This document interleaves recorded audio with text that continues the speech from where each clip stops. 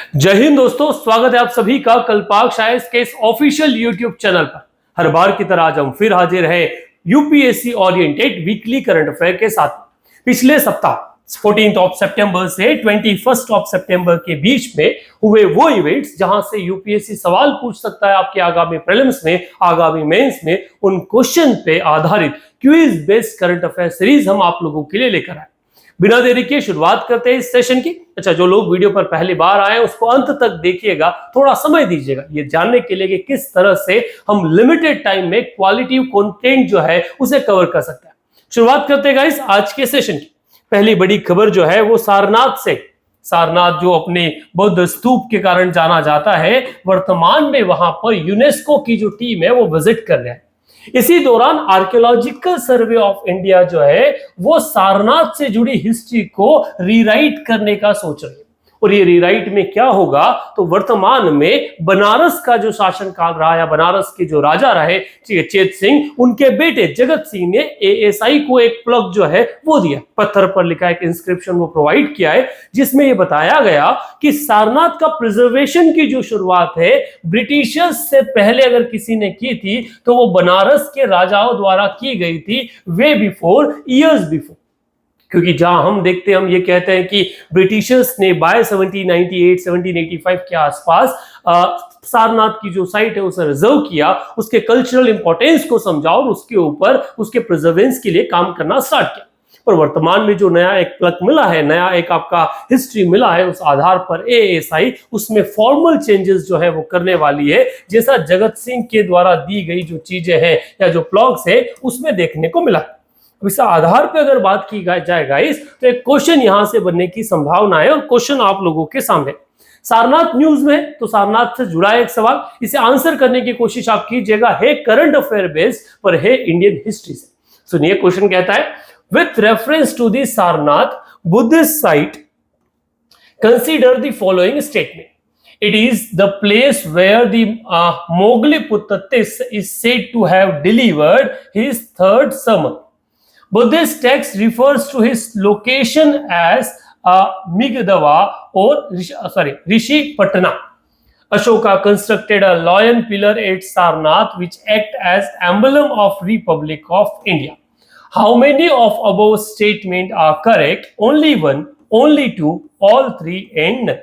अगर इसे हिंदी में पढ़ा जाए तो सवाल कहता है गाइस, सारनाथ बौद्ध स्थल के संदर्भ में निम्नलिखित कथनों पर विचार कीजिए। यह वह स्थान है जहां मोगलिपुत्र ने अपना तीसरा धर्मोपदेश दिया था। बौद्ध ग्रंथों में इस स्थान को मृगदाव एवं ऋषिपटन नाम से कहा गया है। अशोका ने सारनाथ में एक सिंह स्तंभ का निर्माण कराया था जो राष्ट्रीय गणराज्य के प्रतीक के रूप में कार्य करता है। ऊपर दिए गए कथनों में से कितने कथन सही हैं? केवल एक, केवल दो, तीनों या कोई नहीं। जिन लोगों का इतिहास हो चुका है वो अपने अवेलेबल नॉलेज के आधार पर इसे कवर करने की कोशिश कीजिए, अपने आंसर्स को कमेंट बॉक्स में लिखिए। जो लोग इसको कवर नहीं किए हैं, जिन्हें थोड़ा सा कंसर्न है, उसके लिए मैं इसका एक्सप्लेनेशन आपके सामने रख देता हूं कि यूनेस्को का जो टीम प्रपोज विजिट सारनाथ पर है, आर्कियोलॉजिकल सर्वे है, एक नया क्या करने वाला है, करेक्टेड जो प्लग है वो इंस्टॉल करने वाला है। जो ब्रिटिशर्स तक क्रेडिट दिया जा रहा था अभी तक इस साइट के प्रिजर्वेंस को, उसकी बजाय अब लोकल रूलर जो कहां से बिलोंग करते हैं, जो बिलोंग करते हैं आपके बनारस से, वाराणसी से, उनको अब इसका क्रेडिट दिया जा रहा है। सारनाथ के बारे में बात करें तो इट इज रफली 10 kilometre north west of Varanasi and where the Buddha is said to have delivered his first sermon in 528 BC, जहां पर बुद्ध ने अपना पहला sermon जो है वो दिया था। The place at which the Buddhist sung is said to have formed, इस आधार पर पहला स्टेटमेंट जो है वो इनकरेक्ट है, जो ये कहता है कि मोगलिपुत्र का यहां पर कोई सरमन हुआ था। सारनाथ हम लोगों के लिए पॉपुलर है, बुद्धा के समन के लिए, तो ये कंफ्यूजन जो आपके मन में सिविल सर्विस लेकर आ सकता है, उसके आधार पर पहला स्टेटमेंट करेक्ट है। सेकंड अगर बात करें तो while ancient Buddhist texts refer to this location as Mrigdava or Rishipatana and do not provide an exact even approximate location for it, oral tradition and action of Emperor Ashoka between 268 to 238 have been the key making this association. Hence the statement 2 is correct. Hindi में कहे तो हाँ, Buddhist text में ऐसे नाम जो है वो यूज किए गए। हाउ ऑल द वे उन्होंने कोई एग्जैक्ट लोकेशन मेंशन नहीं किया, बट हाँ, ये सेकेंड स्टेटमेंट यहां से क्या बन जाता है, आपका करेक्ट होता है। आगे अगर बात की जाए तो नेक्स्ट स्टेटमेंट आपका आता है that Ashoka famously constructed a lion pillar at Sarnath that today act as the emblem of republic of India. इस आधार पर आपका थर्ड स्टेटमेंट भी करेक्ट है। और इन तीनों स्टेटमेंट के आधार पर अगर आप देखोगे तो दो स्टेटमेंट इसमें से क्या निकल जाएंगे, करेक्ट, और एक स्टेटमेंट आपका इनकरेक्ट है। तो कौन सा ऑप्शन करेक्ट हो जाएगा, B is the correct option for particular question. Question कैसा लगा आप लोगों को, या इसका आंसर आप कर पाए या नहीं, ये एक बार कमेंट बॉक्स में लिखेगा। तब तक हम बढ़ते हैं अगली महत्वपूर्ण न्यूज तक। अगली महत्वपूर्ण न्यूज जो है वो आई आपकी मानकी मुंडा संघ से लेकर।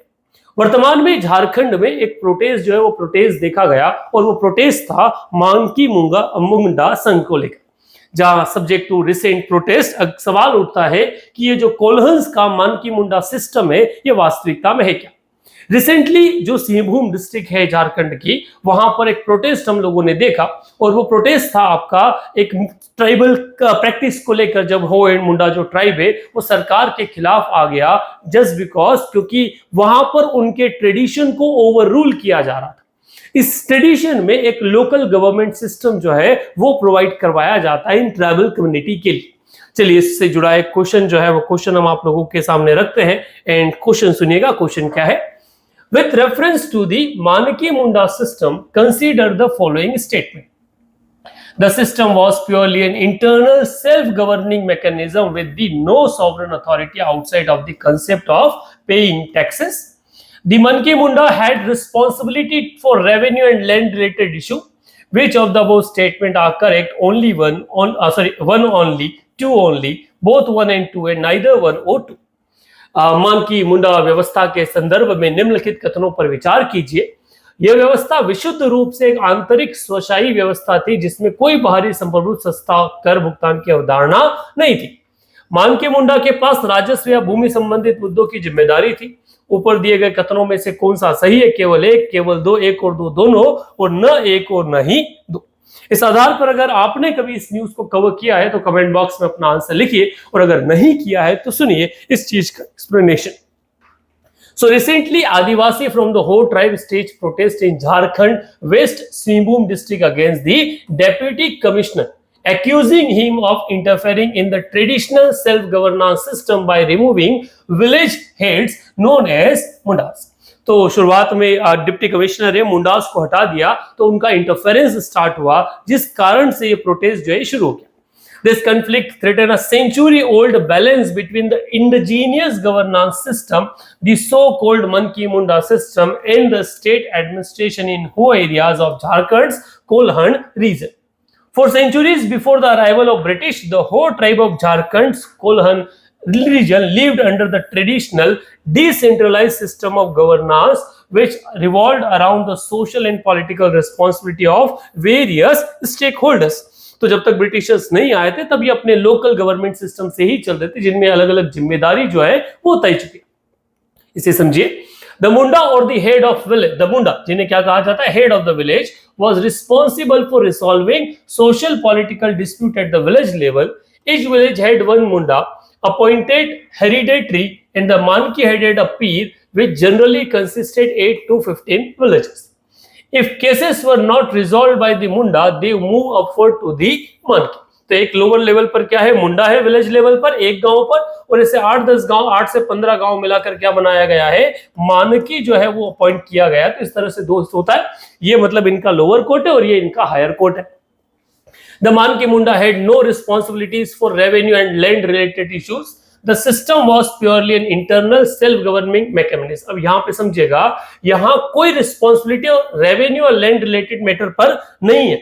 सो इस आधार पर पहला स्टेटमेंट तो करेक्ट है, पर सेकंड स्टेटमेंट क्या हो जाएगा आपका, इनकरेक्ट होगा। ये था क्वेश्चन मानकी मुंडा से, जो एक ट्राइबल एरिया आपका न्यूज में आता है। यही महत्वपूर्ण है गाइस कि किस तरह से हम हमारी न्यूज को कवर करते हैं, क्योंकि कंटेम्पररी पीरियड में जिस तरह से डेटा सोशल मीडिया पर अवेलेबल है, उसमें सबसे बड़ा टास्क आपके पास ये है कि आप उसमें से क्वालिटी चीजों को अलग कैसे करें।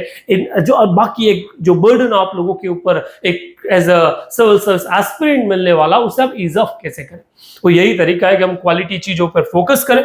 चलिए आगे बढ़ते हैं अगली न्यूज की तरफ। अगली न्यूज जो है वो केरला से आया, सदर्न स्टेट से, जहां केरला के जो सीएम है वो वर्तमान में ग्लोबल अय्यप्पा संगम जो है उसकी शुरुआत करेंगे पंपा में कल। ठीक है, ये मतलब पुरानी न्यूज है इसलिए कल लिखा गया, पर इसकी शुरुआत हो चुकी है। कब हुई इसकी शुरुआत? 20 सितंबर 2025 पंपा, जिसे पंबा के नाम से भी जाना जा रहा है, जो एक नदी के आधार पर है। त्रवणकोर देवाश्रम बोर्ड जो है वहां उसको क्या करने वाला है, इसे रन ऑफ करने वाला है। अब यहां से संबंधित एक क्वेश्चन है कि अंगोला अय्यप्पम संगम जो है ये क्या है और किस सब चीजों से क्या चलने वाला है। ये पूरा सिस्टम जो है एक ट्रेडिशन है, वो ट्रेडिशन चलने वाला। चलिए इससे जुड़ा एक क्वेश्चन मैं आप लोगों के सामने रखता हूं। पहले तो with reference to the Pamba river, consider the following statement. It originated from the Palochelamalai hills in the Perumendu plateau of the Western Ghats. It is the longest river in Kerala. It empties into the Bay of Bengal through the various channels. How many of our statement are correct? Only one, only two, all three, and none. ये basically एक cultural significance के कारण news में आई एक नदी को लेकर geography से जुड़ा एक क्वेश्चन आपके सामने। पंबा नदी के संदर्भ में निम्नलिखित कथनों पर विचार कीजिए। यह पश्चिमी घाट के पेरुमेंदु पठार से पुल चिल्लाई पहाड़ी से निकली थी। यह केरला की सबसे लंबी नदी है। यह विभिन्न जलमार्गों से होकर बंगाल की खाड़ी में गिरती है। ऊपर दिए गए कथनों में से कितने सही है? केवल एक, केवल दो, तीनों या कोई नहीं। अब इस आधार पर अगर बात करें तो आपसे जो स्टेटमेंट है वो समझिएगा। 2080s में सेंचुरी ओल्ड टेराकोटा पीस जो part of male and female figures मिले हैं, जो नागा इमेज को करते हैं, और मनाला एक्रोस द पंबा रिवर जो वो मिले, और वहीं से फिर ये जो पूरा ट्रेडिशन है वो ट्रेडिशन शुरू हो गया। पंबा के बारे में बात करते हैं, थर्ड लॉन्गेस्ट रिवर है केरला की, ओरिजिनेट होती है आपका पुलाचिलामलाई हिल से एंड इनटू द पेरुमेंडु प्लेट्यू जो वेस्टर्न घाट में स्थित है, और flow through the district of the Idukki, और वहां के अलग अलग डिस्ट्रिक्ट से होती हुई अरेबियन सी में क्या हो जाती है, चली जाती है। इसलिए एक तो करेक्ट है कि ये केरला से है, और दूसरे दो स्टेटमेंट की सबसे बड़ी और बे ऑफ बंगाल में मिलती है, वो दो स्टेटमेंट क्या हो जाएंगे, इनकरेक्ट हो जाएंगे। तो यहां से एक ही सिंगल करेक्ट ऑप्शन मिलता है कि भैया it originated from the particular place, that is the peninsular hills and the passes through the Perumendu Plateau। तो एक अकेला स्टेटमेंट करेक्ट है, ये सबसे बड़ी नहीं, सबसे लंबी, थर्ड सबसे लार्जेस्ट है, और आपका तीसरे पोजीशन पे बे ऑफ बंगाल चैनल में नहीं जाती, अरेबियन सी में जाती। सवाल एक खुटता है कि अगर ये तीसरी सबसे बड़ी है तो पहली और दूसरे पोजीशन पर कौन सी नदी है। अगर आप यहां तक हैं तो इस अपना कमेंट बॉक्स में आंसर लिखिएगा कि फर्स्ट एंड सेकेंड रिवर कौन सा है जो केरला की सबसे बड़ी, पहली सबसे बड़ी और दूसरी पोजीशन पे आती। अगली न्यूज की तरफ चलते हैं। अगली न्यूज जो है वो आपका अलग अलग स्टेट से आया, जहां कंट्रोलर एंड ऑडिटर जनरल द्वारा एक रिपोर्ट जो है वो पेश की गई। उनका कहा गया कि over the period of 9 to 10 years जो डेब्ट है, पब्लिक डेब्ट, वो बढ़कर 59.6 लाख करोड़ तक पहुंचा 28 राज्यों में। तो वहां पर ये जो कर्ज का गुब्बारा है वो बढ़ता जा रहा है और कभी भी फूट सकता है, और ये काफी ज्यादा है और काफी बड़ा राइज हम लोगों ने इस चीज में देखा।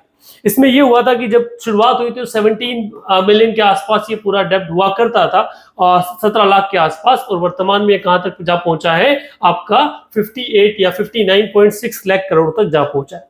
चुनाव जीतने के लिए जो फ्रीबीज स्कीम अलग अलग राज्यों द्वारा चलाई जा रही है, ये इसका सबसे बड़ा एक कारण। ये न्यूज शायद आप लोगों ने इकोनॉमिक्स में कवर की है, इसलिए यहां से संबंधित एक सवाल हम आप लोगों के लिए लाए।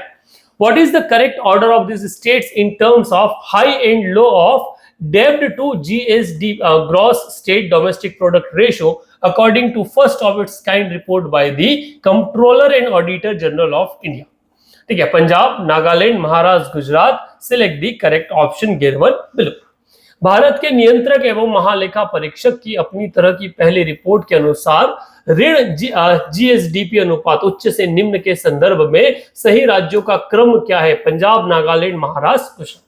अगर आपने न्यूज कवर की है गाइस, इसका मतलब है कि आप सही से न्यूज़पेपर वगैरह को जा रहे हैं, और अगर नहीं कवर कर पाए तो एक सवाल आपकी प्रिपरेशन पर उठता है कि हम कई सारी इंपॉर्टेंट चीजें छोड़ रहे हैं। सुनिए, अब यहां से संबंधित है तो पब्लिक डेब्ट ऑफ ऑल 28 जो स्टेट्स है वो निकल कर आया है 10 साल का। जिसमें 17.57 लाख से क्या हो गया है आपका, जो बढ़कर 59.6 लाख करोड़ रुपीस आपका डेब्ट हुआ है, जो सीएजी ने रिपोर्ट। अच्छा, वर्तमान में भारत के कंट्रोलर एंड ऑडिटर जनरल कौन है, ये नाम भी आप कमेंट बॉक्स में लिखिए। According to report, total public डेप्ट जो है इंटरनल एंड लोन्स वगैरह आधार पर बात की जाए 28 स्टेट्स का, वो 59,60,428 करोड़ है। ठीक है, और इस आधार पर अगर बात की जाए स्टेट वाइज तो समझिएगा, सबसे पहले या सबसे हाईएस्ट अगर आपको ये रेशियो मिलेगा तो ये 40.35% है, जो पंजाब का है। उसके बाद सेकेंड पोजीशन पे नागालैंड जो है वो आता है, जिसका रेशियो 37.15% है। फिर आता है वेस्ट बंगाल 33.70%, और लोवेस्ट जो रिकॉर्ड हुआ है वो उड़ीसा में हुआ है 4.45%। महाराष्ट्र का है 14.60%, और गुजरात में 16.37% ऑफ दी स्टेट जीडीपी। तो ये समय के साथ कुछ स्टेट जो है 50% ऑफ जीडीपी उन पे डेब्ट हो जाने वाला है, तो ये बड़ा ही अलार्मिंग सिचुएशन इन स्टेट्स के लिए है। इस आधार पर करेक्ट ऑप्शन अगर देखा जाएगा तो वो आपका आएगा ए ऑप्शन जो है वो करेक्ट है, जो आपका जीडीपी या इस क्वेश्चन को क्या करता है, आंसर करता है। सबसे ज्यादा पंजाब, फिर नागालैंड, फिर महाराष्ट्र और फिर Gujarat in the synchronize manner. ठीक है, आई थिंक ये क्वेश्चन आपके समझ में आया होगा, और अगर यहां से संबंधित कोई डाउट अपने मन में तो कमेंट बॉक्स में डालिएगा। आगे अगली न्यूज को कवर करते हैं। Recently prime minister Narendra Modi की जो मणिपुर विजिट हुई, उसके बाद में कल ही में आसाम राइफल्स की एक कॉन्वे के ऊपर वहां के टेररिस्ट ने हमला कर दिया, जिसमें 2 जवान शहीद हो गए और 5 घायल हो गए। यहां से एक न्यूज अगर हम एक क्वेश्चन बनाने की कोशिश करें तो आसाम राइफल्स से क्वेश्चन बनता है, वो सुनिएगा। With reference to the Assam rifle consider the following statement. पहला, it was established in 1835 as a paramilitary force. It address regional challenges such as insurgency and cross border smuggling. Its principal responsibility includes guarding an Indo-Bangladesh border. How many of our statement given are correct? Only one, only two, all three and none. सुनिएगा हिंदी में सवाल। Assam rifle के संदर्भ में निम्नलिखित कथनों पर विचार कीजिए। इसकी स्थापना 1835 में एक अर्धसैनिक बल के रूप में हुई। यह उग्रवाद और सीमा पार तस्करी जैसी क्षेत्रीय चुनौतियों का समाधान करता है। इसकी प्रमुख जिम्मेदारियों में भारत बांग्लादेश सीमा की सुरक्षा शामिल है। ऊपर दिए गए कथनों में से कितने सही है? केवल एक, केवल दो, तीनों या कोई नहीं।